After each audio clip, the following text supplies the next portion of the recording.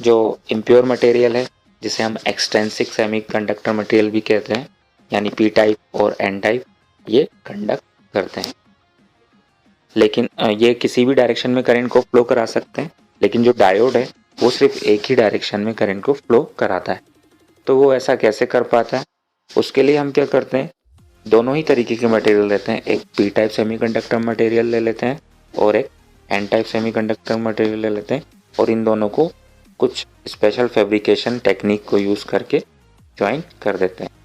अभी ये fabrication technique क्या होती है उसके अंदर नहीं जाएंगे।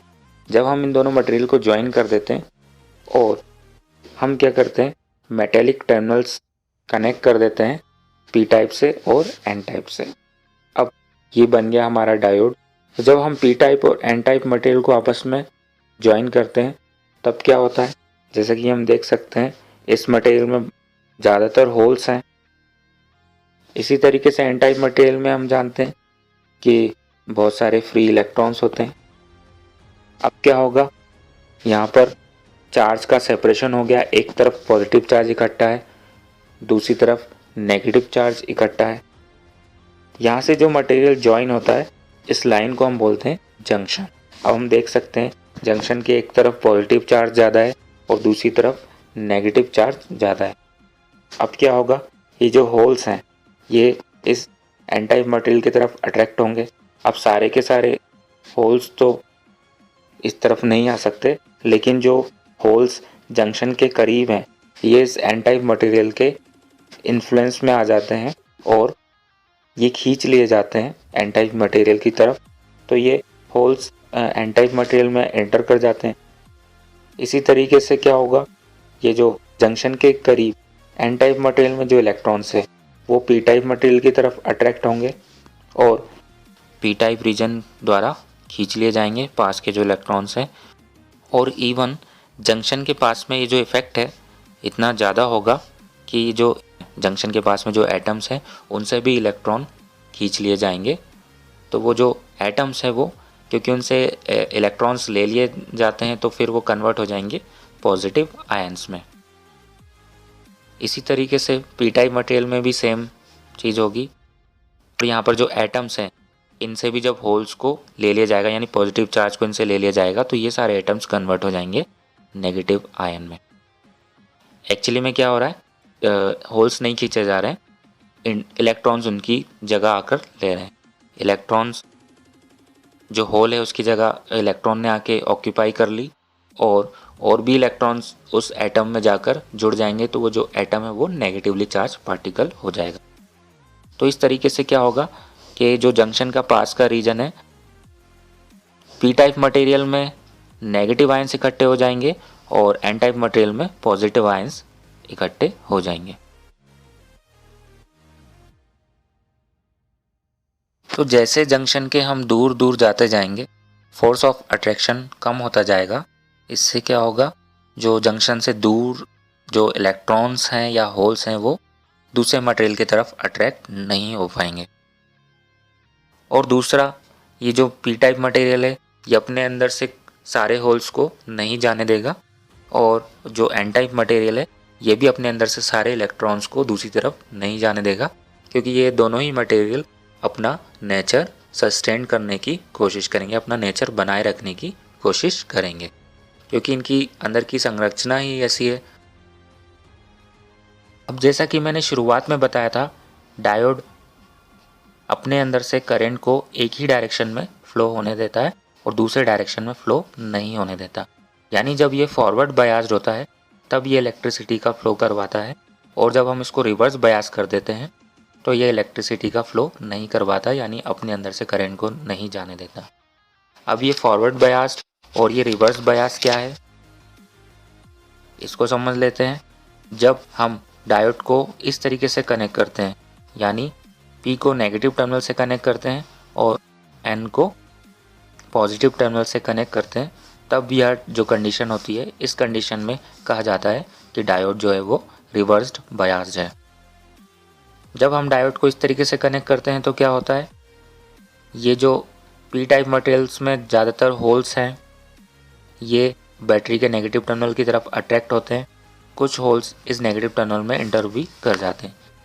इसी तरीके से ये जो एन रीजन है बैटरी के पॉजिटिव टर्मिनल से कनेक्टेड है, तो इस एन रीजन में जो इलेक्ट्रॉन्स हैं वो इस पॉजिटिव प्लेट की तरफ अट्रैक्ट होंगे और इसको छोड़कर इस पॉजिटिव प्लेट में एंटर भी कर जाएंगे। इससे क्या होगा, जो डिप्लीशन रीजन है इसकी विड्थ बढ़ती जाएगी और इस कंडीशन में थोड़ा सा करंट फ्लो करेगा। इसे हम रिवर्स करंट कहते हैं या लीकेज करंट कहते हैं। ये करंट बहुत कम अमाउंट का होगा, ये माइक्रो एम्पियर्स की रेंज का होगा, क्योंकि कुछ ही होल्स पी टाइप मटेरियल को छोड़कर बैटरी में जा पा रहे हैं और कुछ ही इलेक्ट्रॉन एन टाइप मटेरियल को छोड़कर बैटरी में एंटर कर पा रहे हैं। ये पी टाइप मटेरियल ज़्यादातर होल्स को, सारे होल्स को अपने अंदर से नहीं जाने दे सकता। इस तरीके से एन टाइप मटेरियल अपने अंदर से सारे इलेक्ट्रॉन्स को जाने नहीं दे सकता। तो यही है कि रिवर्स बायस कंडीशन में करंट जो है वो ना के बराबर फ्लो होगा, या हम कह सकते हैं फ्लो नहीं होगा। अब बात करते हैं फॉरवर्ड बायस कंडीशन की। जब हम पी टाइप को पॉजिटिव टर्मिनल से कनेक्ट करते हैं बैटरी के और एन टाइप को हम नेगेटिव टर्मिनल से कनेक्ट करते हैं। अब क्या होता है, एन रीजन में बहुत सारे इलेक्ट्रॉन्स हैं और इससे हम क्या कर रहे हैं, नेगेटिव टर्मिनल को कनेक्ट कर दे रहे हैं। तो ये जो इलेक्ट्रॉन्स हैं इस टर्मिनल से क्या होंगे, रिपेल होंगे। दूसरा, ये जो नेगेटिव टर्मिनल है तो इसमें बहुत सारे इलेक्ट्रॉन्स हैं, कुछ इलेक्ट्रॉन इस एन रीजन में एंटर होंगे। अब यहाँ पर एन रीजन में इलेक्ट्रॉन का कंसंट्रेशन बढ़ गया और एन रीजन में इस पार्ट में क्या है, पॉजिटिव आयन है, इनके पास वैसे ही इलेक्ट्रॉन की कमी है। तो ये जो इलेक्ट्रॉन है इन आयन से जाकर टकराएंगे और उन्हें वापस से न्यूट्रलाइज कर देंगे, उनके पास जो इलेक्ट्रॉन की कमी है उसको पूरा कर देंगे। सेम इसी तरीके से पी रीजन में होगा। ये बैटरी के पॉजिटिव टर्मिनल से कुछ होल्स पी रीजन में इंजेक्ट हो जाएंगे और क्योंकि यहाँ पर होल्स का कंसंट्रेशन बढ़ चुका है, अब इसके इस पार्ट में नेगेटिव आयन्स इकट्ठे हैं जिनके पास होल्स की कमी है। तो ये जो होल हैं ये उन नेगेटिव आयन्स को जाकर न्यूट्रलाइज कर देंगे और धीरे धीरे हम देखेंगे कि ये जो डिप्लीशन लेयर है ये पूरी तरीके से ख़त्म हो जाएगी।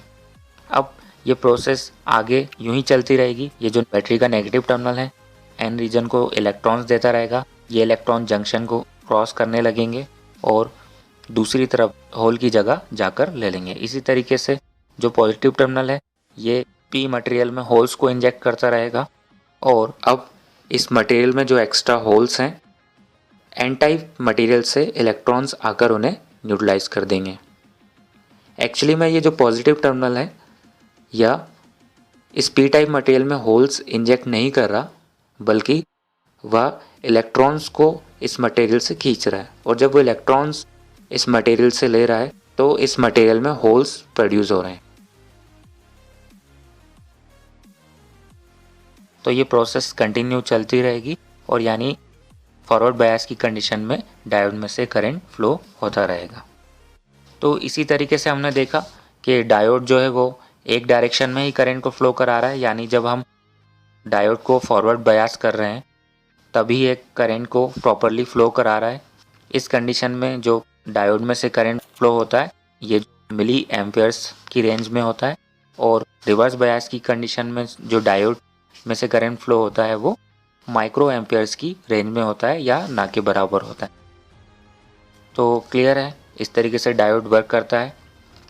होप मैंने कम समय में आपको ये समझाने की कोशिश करी है कि डायोड के अंदर एक्चुअली में क्या होता है, डायोड कैसे वर्क करता है, आपको समझ आया होगा।